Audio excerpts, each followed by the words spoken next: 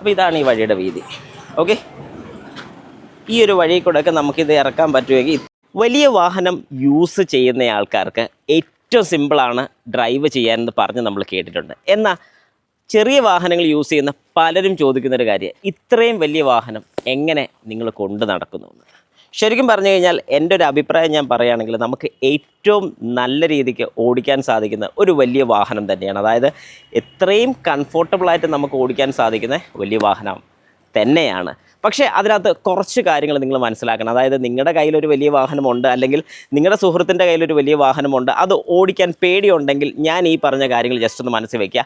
Hi, നമസ്കാരം, ഞാൻ Rakesh M G ടിപ്സിലേക്ക് എല്ലാവർക്കും സ്വാഗതം. എല്ലാവരും സുഖമായിട്ടിരിക്കുന്നു വിശ്വസിക്കുന്നു. ഇപ്പോൾ എൻ്റെ കൂട്ടത്തിലുള്ള ഇസൂസു D-Max എന്ന് പറയുന്ന ഈ ഒരു വാഹനമാണ്. സാധാരണ ഒരു 800 വാഹനം ഓടിച്ചു തുടങ്ങിയ ഞാൻ ഇന്നിപ്പോൾ വലിയ വാഹനം ഓടിക്കണമെന്നുണ്ടെങ്കിൽ ജസ്റ്റ് ഒരു കോൺഫിഡൻസ് മാത്രമല്ല, കുറച്ച് കാര്യങ്ങൾ നമ്മുടെ മനസ്സിലുണ്ടായിരിക്കണം. അതായത് ഒരു വാഹനത്തിൻ്റെ വീതി, നീളം, ഇത് റോഡിൽ കൂടെ കൊണ്ടുപോകുന്ന സമയത്ത് നമ്മൾ ശ്രദ്ധിക്കേണ്ട ചെറിയ കാര്യങ്ങൾ എന്തൊക്കെയാണ്, ഇതിനെക്കുറിച്ചാണ് ഞാൻ ഇന്നിപ്പോൾ ഈ ഒരു വീഡിയോയിൽ പറയാൻ വേണ്ടി പോകുന്നത്. അപ്പോൾ ഫുള്ള് കാര്യം നിങ്ങളൊന്ന് ജസ്റ്റ് കണ്ടു നോക്കുക. അതായത് ഈ ഒരു വാഹനത്തിൻ്റെ വലിപ്പം നിങ്ങൾക്ക് കൃത്യം അറിയണമെന്നുണ്ടെങ്കിൽ ഈ ഒരു സൈഡിൽ നോക്കിക്കഴിഞ്ഞാൽ അറിയാം. അതായത് ഞാൻ ഏകദേശം ഇവിടെ നിൽക്കുമ്പോൾ എൻ്റെ റൈറ്റ് സൈഡും എൻ്റെ ലെഫ്റ്റ് സൈഡിലെയും നീളം നിങ്ങൾക്ക് അറിയാം. ഇനി ഈ വാഹനത്തിൻ്റെ വീതിയും കൂടി ജസ്റ്റ് നമുക്ക് നോക്കാം. ഞാൻ ഈ ഒരു ഫ്രണ്ട് നിൽക്കുന്ന സമയത്ത് നമുക്ക് ഏറ്റവും വലിയൊരു നെഗറ്റീവ് സൈഡും കൂടെ ഞാനൊന്ന് പറഞ്ഞുതരാം. ഇതുപോലത്തെ ഒരു വാഹനം കൊണ്ടുപോകുന്ന സമയത്ത് സിറ്റീസിലൊക്കെ നമുക്ക് കൊണ്ട് പാർക്ക് ചെയ്യാനുണ്ടാകുന്നൊരു ബുദ്ധിമുട്ട് അത് ശരി തന്നെയാണ്, ഇല്ലെന്ന് ഞാൻ പറയത്തില്ല. പക്ഷേ ഡ്രൈവ് ചെയ്യാൻ ഇതുപോലെ കംഫർട്ടബിൾ ആയിട്ടുള്ളൊരു വാഹനം ഏറെ ഇല്ലെന്ന് തന്നെ ഞാൻ പറയും. വലിയ വാഹനത്തിൻ്റെ സെഗ്മെൻറ്റാണ് ഞാൻ ഉദ്ദേശിക്കുന്നത്. ബോഡി റോളും കാര്യങ്ങളൊന്നും ഞാനിവിടെ ഉദ്ദേശിക്കുന്നില്ല. പക്ഷേ നമുക്ക് കയറി ഇരുന്ന് അത്യാവശ്യം നല്ല രീതിക്ക് ഫ്രണ്ടേജ് കണ്ട് ഓടിക്കാൻ സാധിക്കുന്നത്. കാരണം ചെറിയ വാഹനങ്ങൾ ഓടിക്കുന്ന ആൾക്കാർക്ക് ഈ പറയുന്ന കാര്യം കൃത്യം മനസ്സിലാകും. കാരണം നമ്മൾ പലപ്പോഴും താന്ന് അല്ലെങ്കിൽ ആ റോഡ് സർഫസിനോട് ചേർന്ന് നിന്നായിരിക്കും നമ്മൾ വാഹനം ഓടിക്കുന്നത്. എന്നാൽ വലിയ വാഹനങ്ങളൊക്കെ ആണെന്നുണ്ടെങ്കിൽ അവർക്ക് മേളിൽ ഇരുന്ന് എല്ലാ കാഴ്ചകളും കാണാൻ സാധിക്കും. അതുപോലെ നമുക്ക് ഈ വാഹനത്തിനകത്തോട്ടൊന്ന് കയറി അകത്തുനിന്ന് ഞാൻ ഈ കാര്യങ്ങളൊന്ന് പറഞ്ഞു തരാം. ഓക്കെ, അപ്പം ആദ്യം തന്നെ നമ്മൾ ഈ വാഹനത്തിൽ കയറി കഴിഞ്ഞാൽ ഞാൻ ഒരു വാഹനത്തിൻ്റെ നീളം അല്ലെങ്കിൽ നമ്മുടെ ഫ്രണ്ടേജ് എത്രയുണ്ടെന്നും കാര്യങ്ങളൊക്കെ മനസ്സിലാക്കേണ്ടത് എങ്ങനെയാണെന്ന് വളരെ കൃത്യമായിട്ട് വീഡിയോസ് ചെയ്തിട്ടുണ്ട്. ജസ്റ്റ് ഒന്നുകൂടെ ഒന്ന് പറഞ്ഞു പോയേക്കാം.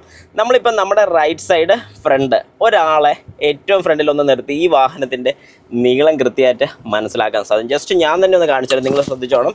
ഒരാളെ ഇതുപോലെ നമ്മുടെ വാഹനത്തിൻ്റെ ഫ്രണ്ടിൽ നമ്മൾ വാഹനത്തിൽ ഇരുന്നുകൊണ്ട് നമ്മുടെ വാഹനത്തിൻ്റെ ഈ ഒരു ഫ്രണ്ടിൽ നിർത്തിക്കഴിഞ്ഞാൽ ഏകദേശം ഇത്രയും നീളം വരെ കിട്ടും എന്നുള്ളൊരു കാര്യം നമുക്ക് മനസ്സിലാക്കാൻ സാധിക്കും. ഇനി സൈഡിലത്തെ കേസ്, ഈ ഒരു സൈഡ് നമുക്ക് ബുദ്ധിമുട്ട് വരുന്നില്ല. പക്ഷേ ഈ ഒരു സൈഡാണ് ഒരു ഡ്രൈവർക്ക് ഏറ്റവും ബുദ്ധിമുട്ട് വരുന്ന കാര്യം.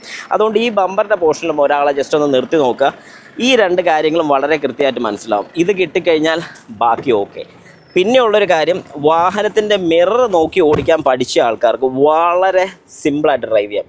Right side, left side, centre mirror, ഈ 3 ഗ്ലാസ്സുകളും നിങ്ങൾക്ക് വളരെ കൃത്യമായിട്ട് നോക്കി വാഹനം ഓടിക്കാൻ സാധിക്കുമെന്നുണ്ടെങ്കിൽ അടിപൊളിയാണ്.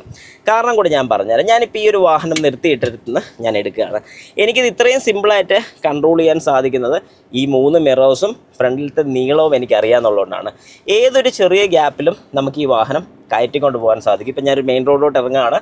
പക്ഷേ മെയിൻ റോഡിലോട്ട് ഇറങ്ങുന്ന സമയത്ത് എപ്പോഴും നമ്മൾ ഫ്രണ്ട് തന്നെ ഇറക്കാവുള്ളൂ. ഒരു കാരണവശാലും റിവേഴ്സിൽ ഇറക്കരുത് എന്ന് തന്നെ ഞാൻ സജസ്റ്റ് ചെയ്യും. അത് വേറൊന്നും കൊണ്ടല്ല, റിവേഴ്സിൽ ഇറക്കി കഴിഞ്ഞാൽ നമുക്ക് ഫ്രണ്ടിലുള്ള വാഹനത്തിൻ്റെ നീളമോ കാര്യങ്ങളോ ഒന്നും തന്നെ അറിയാൻ സാധിക്കത്തില്ല. അപ്പം ഞാൻ ഏതായാലും ഇങ്ങനെ കൊണ്ടുപോവാണ്. ഇപ്പം ശരിക്കും പറഞ്ഞു കഴിഞ്ഞാൽ ഈ വാഹനം അത്ര വലുതാണെന്ന് തോന്നിക്കുമെങ്കിൽ പോലും നമ്മുടെ റോഡിലോട്ട് വരുമ്പോൾ ചെറിയ വാഹനമായിട്ടാണ് തോന്നുന്നത്. അതായത് നമ്മൾ ഈ വാഹനത്തിനകത്ത് ഇരിക്കുമ്പോൾ നമുക്ക് ശരിക്കും ഒരു കുഞ്ഞൻ വാഹനമായിട്ട് തോന്നും. ഇതിൽ നമുക്ക് ശ്രദ്ധിക്കേണ്ട കാര്യം, നമ്മുടെ ലെഫ്റ്റ് സൈഡിലെ മിറർ അങ്ങ് അറ്റം വരെ, അതായത് ബാക്ക് വരെ കാണാൻ സാധിക്കുന്നത് ഞാൻ ഉദ്ദേശിച്ചത് നമുക്ക് വളരെ കൃത്യമായിട്ട് അതിൻ്റെ ഗ്യാപ്പ് അറിയാൻ പറ്റുമെന്നുണ്ടെങ്കിൽ ഓവർടേക്ക് ചെയ്യുമ്പോൾ ബുദ്ധിമുട്ട് വരില്ല. റൈറ്റ് സൈഡിലെ മിറർ നമ്മൾ സെറ്റ് ചെയ്യേണ്ട ഈ ഒരു സൈഡ് ഫുള്ള് കാണത്തക്ക രീതിയിലാണ്. സെൻട്രൽ മിറർ നമുക്ക് വലിയൊരു ബെനിഫിറ്റ് വരില്ല. കാരണം എന്താണെന്ന് പറഞ്ഞാൽ ഇതിൻ്റെ ബാക്ക് നീളക്കൂടുതലുള്ളതുകൊണ്ട് ബാക്കിൽ വാഹനം എന്തെങ്കിലും വരുന്നുണ്ടോ എന്ന് അറിയാൻ വേണ്ടി മാത്രം വെച്ചിരിക്കുന്നു എന്നേ പറയാൻ സാധിക്കുന്നില്ല. ഇത് കണ്ടോ, ഇതുപോലൊരു ഹെവി ട്രാഫിക് ഒക്കെ വരുന്ന സമയത്താണെങ്കിലും നമ്മൾ നല്ല കോൺഫിഡൻ്റ് ആയിരിക്കണം. അതായത് നമ്മുടെ വാഹനത്തിൻ്റെ വര കൃത്യം അറിയണമെങ്കിൽ അതും നമുക്ക് ആ മിററിൽ അറിയാൻ സാധിക്കും. നമ്മൾ ആ ലൈൻഡ് ഔട്ടാണോ ഇൻസൈഡ് ആണോ എന്നുള്ളത് കൃത്യം അറിയാൻ സാധിക്കും. ഓക്കെ, അപ്പോൾ ഞാൻ ഏതായാലും ഇതുപോലെ തന്നെ ഈ വാഹനം നല്ല കൂളായിട്ടാണ് മെയിൻ റോഡിലോട്ട് ഇറക്കുന്നത്.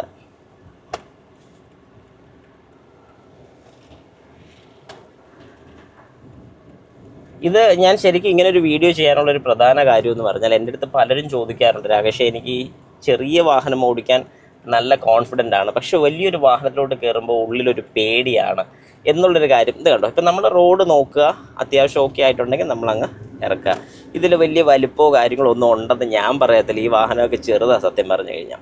ഓക്കെ, എന്തെങ്കിലും ആയിക്കോട്ടെ. അപ്പം അങ്ങനെ പറയുന്ന സമയത്താണ് എനിക്ക് ഇങ്ങനൊരു തോന്നലുണ്ടായത്. കാരണം പലരുടെയും മനസ്സിലെ പേടി എന്ന് പറഞ്ഞു കഴിഞ്ഞാൽ ഇതൊരു വലിയ വാഹനമല്ല, ഇത് എന്നെക്കൊണ്ട് ഓടിക്കാൻ സാധിക്കുമോ എന്നുള്ളൊരു ചിന്ത നിങ്ങൾ കളയണം. കാരണം നമുക്ക് ചെയ്യാൻ പറ്റും എന്നുള്ളൊരു കോൺഫിഡൻസ് മാത്രം മതി. പിന്നെ കോൺഫിഡൻസ് മാത്രമല്ല, എന്നാൽ ഈ പറയുന്ന കാര്യം കൊണ്ട് ഗ്ലാസ് നോക്കി വാഹനം ഒരു സ്ഥലത്ത് റിവേഴ്സ് എടുക്കാനുള്ളൊരു എബിലിറ്റി, ഒരു കേപ്പബിലിറ്റി, ഇത് നിങ്ങൾ സ്വന്തമായി തന്നെ ചെയ്തെടുക്കണം. അത് ചെയ്യാനുള്ളൊരു ബുദ്ധിമുട്ടാണ് നമുക്ക് ഏറ്റവും കൂടുതൽ പ്രശ്നം ഉണ്ടാക്കുന്നത്. ഇപ്പം നിങ്ങൾക്ക് ഈ ലെഫ്റ്റ് സൈഡിൽ കാണാൻ പറ്റുന്ന ഈ ഒരു സൈഡിലിട്ട് നമുക്കൊന്ന് ഈ വാഹനം റിവേഴ്സ് എടുക്കണം. ഞാനത് റിവേഴ്സ് എടുക്കാൻ വേണ്ടി പോവാണ്. അതിലൊരു വാഹനം വരുന്നുണ്ട്. അപ്പം ഞാൻ അത്യാവശ്യം സൈഡ് ചേർത്ത് നിർത്തി ആ വാഹനം ഒന്ന് ഇറങ്ങി പോട്ടെ എന്ന് വെച്ചു, റിവേഴ്സ് ഇട്ടു. എന്നിട്ട് ഞാൻ ഈ റൈറ്റ് സൈഡിലെ മിററും ലെഫ്റ്റ് സൈഡിലെ മിററും നോക്കുകയാണ്. ആ വാഹനം ഇപ്പോൾ ഇറങ്ങി വരുന്നുണ്ട്, എനിക്ക് ഈ മിററിൽ കൂടെ കാണാൻ സാധിക്കും. ഞാൻ കുറച്ചുകൂടെ ഒന്ന് റോഡ് സൈഡിലോട്ട് ഇടുകയാണ്, കാരണം ഈ റോഡിൻ്റെ സൈഡിൽ ഒരു സ്കൂട്ടർ പാർക്ക് ചെയ്തിട്ടുണ്ടായിരുന്നു. ഇനിയാണ് നമ്മുടെ കളി മൊത്തം വരുന്നത്. നമ്മുടെ ഈ സൈഡിൽ നമ്മൾ നോക്കുക, ഈ വാഹനത്തിൻ്റെ ഏറ്റവും അറ്റ പോർഷൻ എനിക്ക് കാണാൻ സാധിക്കും. ഓക്കെ, എന്നിട്ട് ഞാൻ ആ നീലപ്പടുത പോലത്തെ സാധനം ഒഴിച്ച് അങ്ങോട്ട് റിവേഴ്സ് എടുക്കുകയാണ്. കണ്ടോണം.